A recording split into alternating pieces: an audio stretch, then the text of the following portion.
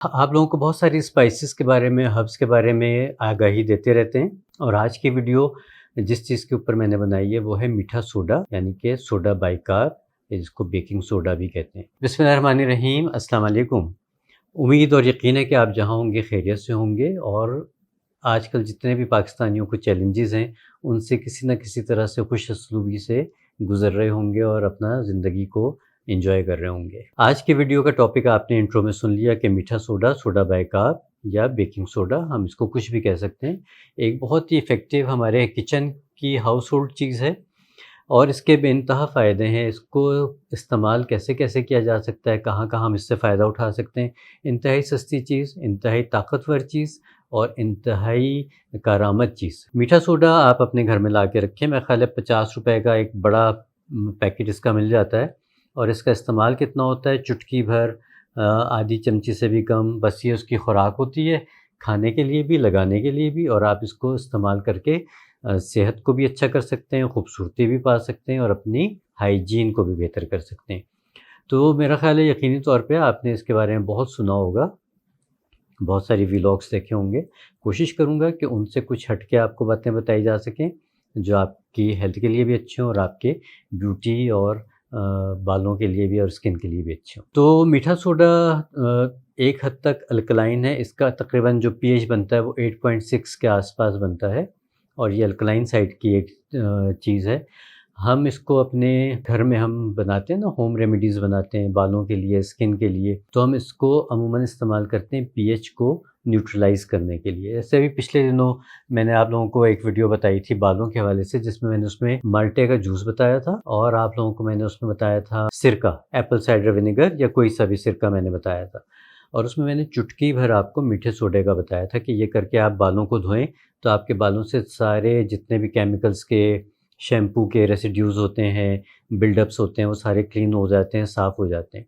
तो ये नुस्ख़ा इसलिए मैंने रिपीट किया है, इसकी एक वजह है कि इसी वीडियो में एक कमेंट आया था कि ये सारी चीज़ें एसिडिक हैं और ये बालों को शाइन तो ज़रूर दे देंगी लेकिन लॉन्ग टर्म में नुकसानदेह होंगी। इसी चीज़ को मैंने कहा साथ ही क्लियर कर दूँ कि जब हमने इसमें चुटकी भर मीठा सोडा डाला, तो इसका पीएच किसी हद तक न्यूट्रलाइज़ हो गया, ठीक है? जो सिट्रिक एसिड यानी कि माल्टे का जूस था, वो भी यकीनन एसिडिक था।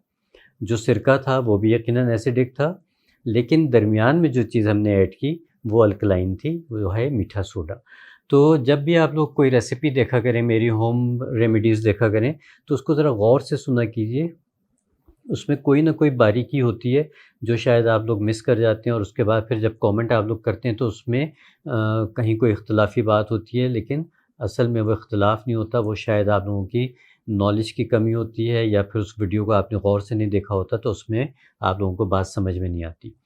तो एक तो ये साथ-साथ ही वो नुस्ख़ा रिपीट भी हो गया और आपको मीठे सोडे का पता भी चल गया। अब दूसरा तरीक़ा ये होता है कि जब आप बहुत अरसे तक बालों को डाई करते रहते हैं, शैम्पू करते रहते हैं, जो मार्केट के कंडीशनर्स हैं वो इस्तेमाल करते रहते हैं, आप केराटिन्स कराते रहते हैं, बालों को हीट देते रहते हैं, आयरनिंग करते रहते हैं, जेल्स लगाते रहते हैं, वैक्स लगाते रहते हैं, मतलब कोई भी आप हेयर स्टाइलिंग के लिए चीज़ें इस्तेमाल करते हैं, तो उनके केमिकल्स हमारे बालों की लेंथ के ऊपर, शाफ्ट के ऊपर जमा होना शुरू हो जाते हैं। नज़र नहीं आते, लेकिन वो जमा होना शुरू हो जाते हैं। इसी तरह से हमारी स्किन के ऊपर भी जितने भी हम चीज़ें इस्तेमाल करते हैं, चाहे वो सन ब्लॉक्स हों, चाहे वो क्रीम्स हों, चाहे वो सीरम्स हों, चाहे वो फेस वॉश हों, चाहे वो मास्क हों, चाहे वो मेकअप हो, कोई भी चीज़ हो, कहीं न कहीं वो हमारी स्किन में रह जाता है और फिर वो क्या करता है कि हमारी स्किन का जो पीएच है, उसको डिस्टर्ब करता है और हमारी स्किन का एक नेचुरल प्रोटेक्टिंग बैरियर होता है, जो अल्लाह ताला ने बनाया हुआ है। वो हमें बहुत सारे मसाइल से बचा के रखता है। वो बैरियर डिस्टर्ब हो जाता है, वो बैरियर ब्रेक हो जाता है, टूट जाता है, ख़राब हो जाता है, डैमेज हो जाता है। तो वहाँ पे आके फिर हमारा ये मीठा सोडा काम करता है और फिर हम मीठे सोडे को किसी भी मास्क में, जो भी होममेड मास्क आप बनाते हैं उसमें आप डाल सकते हैं। उसमें नहीं डाल सकते आप, अगर उस वक़्त आपके पास नहीं है तो आप क्या कर सकते हैं कि उसमें थोड़ा-सा आप पानी लीजिए, उसमें थोड़ा-सा मीठा सोडा डालिए, मतलब फ़र्ज़ कीजिए 2 टेबल स्पून आपने पानी लिया और बिल्कुल इतना सा चुटकी से भी कम आपने उसमें मीठा सोडा डाला, उसको मिक्स किया, रुई उसमें भिगोई और अपने चेहरे को आपने साफ़ कर लिया। 30 सेकंड्स के लिए आपने छोड़ देना है और उसके बाद फिर आपने अपने चेहरे को सादे पानी से धो के कोई सा भी अच्छा सा मॉइस्चराइज़र आप लगा लीजिए। तो ये आपकी स्किन को भी बड़ी अच्छी तरह से क्लींस कर देता है, साफ़ कर देता है। बल्कि उन लोगों के लिए बहुत फ़ायदेमंद है जिनको ब्लैक हेड्स रहते हैं, जिनको वाइट हेड्स रहते हैं, उनके लिए भी मीठा सोडा बहुत ज़बरदस्त चीज़ है। उसके लिए आप ये कर सकते हैं कि आप थोड़ा-सा बेसन ले लीजिए या थोड़ा-सा आम आटा जो हमारा होता है, आप आटा ले लें, थोड़ा-सा बेसन ले लें, इन दोनों चीज़ों को मिक्स कर लें और इनको आप थोड़ा-सा पेस्ट बनाने के बाद आप इसमें चुटकी भर मीठा सोडा डाल दें और सिर्फ़ 1 से 2 कतरे आपने लेमन जूस के डालने हैं। या आपने थिक सा पेस्ट बनाना है और जहाँ-जहाँ पे जैसे नाक के पास आपके ब्लैक हेड्स हो जाते हैं, अमूमन ये हिस्सा ज़्यादा ब्लैक हेड्स से, वाइट हेड्स से मुतासिर होता है, तो आपने यहाँ पे एक पतला सा लेप करके छोड़ देना है, ठीक है? या फेस पे जहाँ कहीं भी आपके वाइट हेड्स, ब्लैक हेड्स हैं, आप पूरे फेस पे भी लगा सकते हैं। आपने इसको 5 से 7 मिनट के लिए छोड़ देना है और उसके बाद हल्के हाथों से आपने इसको रब करके उतारना है। तो इतनी देर में आप देखेंगे कि जो ब्लैक हेड्स और वाइट हेड्स हैं, वो नरम हो चुके होंगे। उसके बाद फिर आप चाहें तो टिश्यू पेपर से हल्का-सा उसको प्रेस करके निकाल दें, तो वो बड़ी आसानी के साथ निकल जाएँगे। तो ये उन लोगों के लिए बहुत फ़ायदेमंद हो गया। इसी तरह से जिन लोगों के गम्स ख़राब हो जाते हैं, यानी कि मसूड़े ख़राब हो जाते हैं, दाँतों के ऊपर स्टेन्स पड़ जाते हैं, वो चाहे किसी भी वजह से पड़ें, तंबाकू नोशी की वजह से पड़ें, पान खाने की वजह से पड़ें, बहुत ज़्यादा चाय पीने की, कॉफ़ी पीने की वजह से पड़ें, तब भी मीठा सोडा बड़ा ज़बरदस्त काम करता है। आपने देखा होगा अमूमन टूथपेस्ट वग़ैरह में मीठा सोडा शामिल होता है। लेकिन वो इतना ज़्यादा नहीं होता और दूसरी बात ये होती है कि वो एक प्रोसेस के ज़रिए उसमें शामिल किया गया होता है, तो उसकी एफ़िकेसी किसी हद तक कम हो जाती है। तो आपने क्या करना है कि मीठा सोडा लेना है आपने हथेली पे, आपने टूथब्रश के ऊपर अपना टूथपेस्ट लगाना है। टूथपेस्ट भी हमेशा कोशिश किया कीजिए बिल्कुल इतना सा लगाना चाहिए, टूथपेस्ट को पूरे टूथब्रश के ऊपर भर के नहीं लगाना चाहिए, नुकसानदेह होता है, प्लस ये है कि वेस्टेज भी होती है। तो आपने टूथब्रश के ऊपर थोड़ा-सा टूथपेस्ट लगाया, हथेली पे थोड़ा-सा आपने मीठा सोडा रखा, मीठे सोडे को टूथपेस्ट के ऊपर आपने स्प्रिंकल किया, छिड़क लिया और उससे आपने अपने दाँतों को साफ़ किया। 1 मिनट के लिए, 50 सेकंड्स के लिए, 30 सेकंड्स के लिए उसको मुँह में रहने दीजिए और उसके बाद फिर आप अच्छी तरह से ब्रश करके उसको कुल्ली कर लीजिए। तो आप देखेंगे कुछ ही दिनों में हो सकता है कि शुरू में आपको लगे कि मसूड़ों से थोड़ा-सा खून ज़्यादा निकल रहा है, तो वो एक प्लस होगा कि जो भी मसूड़ों में गंद और चीज़ें ख़राब ख़राब भरी हुई हैं मसूड़ों में, दाँतों के दरमियान में, तो वो साफ़ हो जाएँगी और आपके मसूड़े और दाँत बिल्कुल ठीक-ठाक हो जाएँगे। मसूड़ों से खून आना भी बंद हो जाएगा और उसके साथ-साथ आपके दाँतों में बहुत अच्छी सी सफ़ेदी भी आ जाएगी, स्टेन्स ख़त्म हो जाएँगे। तो दाँतों को साफ़ करने के भी ये काम आ गया। बालों के लिए भी आपको बता दिया, चेहरे के लिए भी आपको बता दिया, ब्लैक हेड्स और व्हाइट हेड्स के लिए भी बता दिया। अब आ जाते हैं थोड़ा-सा इसके ऊपर कि हाइजीन को ये कैसे ठीक कर सकता है। देखिए बहुत से लोगों को प्रॉब्लम होता है कि उनके पाँव में पसीना ज़्यादा आता है या अंडर आर्म्स में पसीना ज़्यादा आता है और पाँव से बहुत ही नागवार बू आती है जब वो सॉक्स वग़ैरह उतारें, चाहे वो जितना मर्ज़ी साफ़ रखें, लेकिन स्मेल आती है। आप क्या करें कि जिन लोगों के जॉगर्स में से, शूज़ में से स्मेल आती है, वो जॉगर्स में या शूज़ में थोड़ा-सा बेकिंग सोडा छिड़क दिया करें, ठीक है? उसमें डाल के छोड़ दिया करें। ओवरनाइट उसको पंखे के नीचे रख दें या किसी खुली आबो-हवा में रख दें, टेरेस पे रख दें जहाँ पे आप वो खुली हवा उससे गुज़र सके।